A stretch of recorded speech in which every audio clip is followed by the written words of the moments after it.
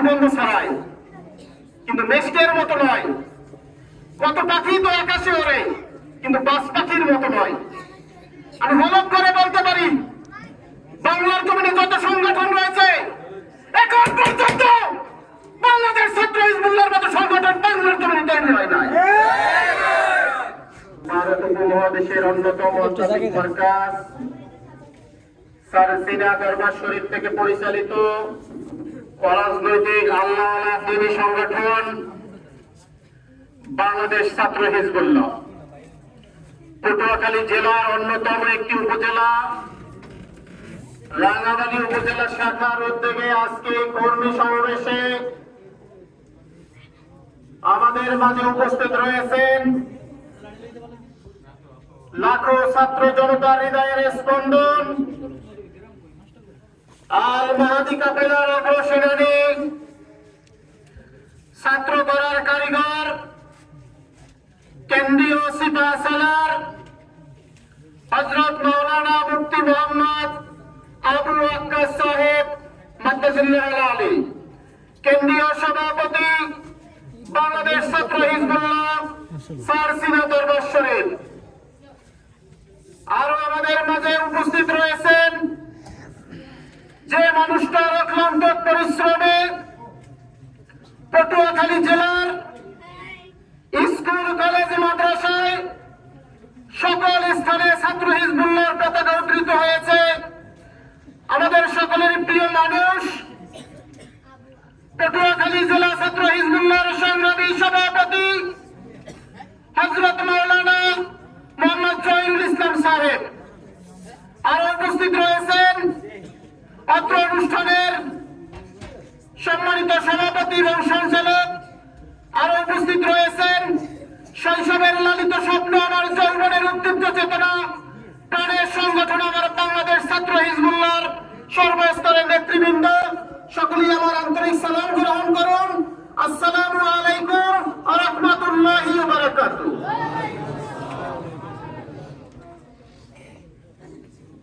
বাংলাদেশ ছাত্র হিজবুল্লাহ একটি নাম, একটি ইতিহাস। এই সংগঠনের সাথে কি আপনারা সকলেই পরিচিত?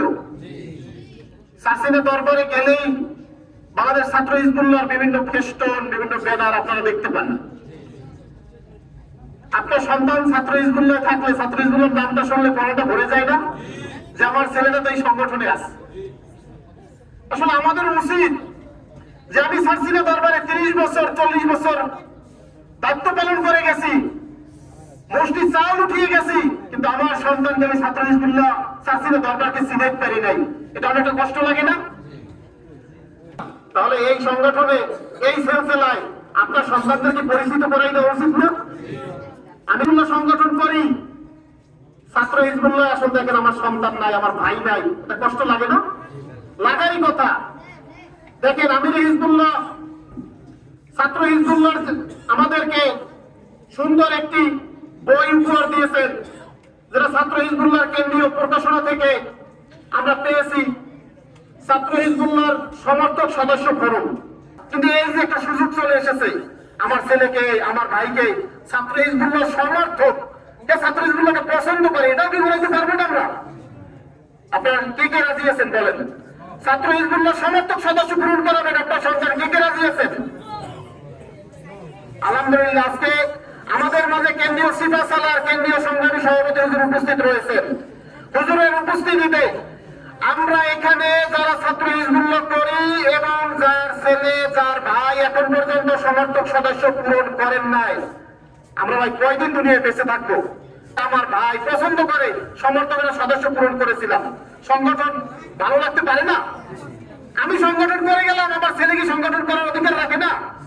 আসলে আমি বলি না, আমার ছেলে দেখেন আজকে আমি যদি আমার এই হক সংগঠনের দাওয়াত পৌঁছে না দিই, সে অন্য সংগঠনে আপনার সন্তানকে দেখে নিয়ে যাবে। তখন কি হবে জানেন? আপনার কথার সাথে আপনার সন্তানের কথা মিলবে না। এভাবে হয় না?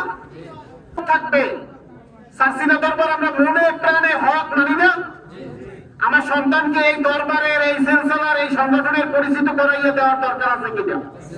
আছে কিনা বলেন? সকলের কাছে জোর অনুরোধ, কতদিন হায়াতে আমরা বেঁচে থাকবো বলেন? সারসিনা দরবার সকলের হৃদয়ের দরবার, কি বলেন?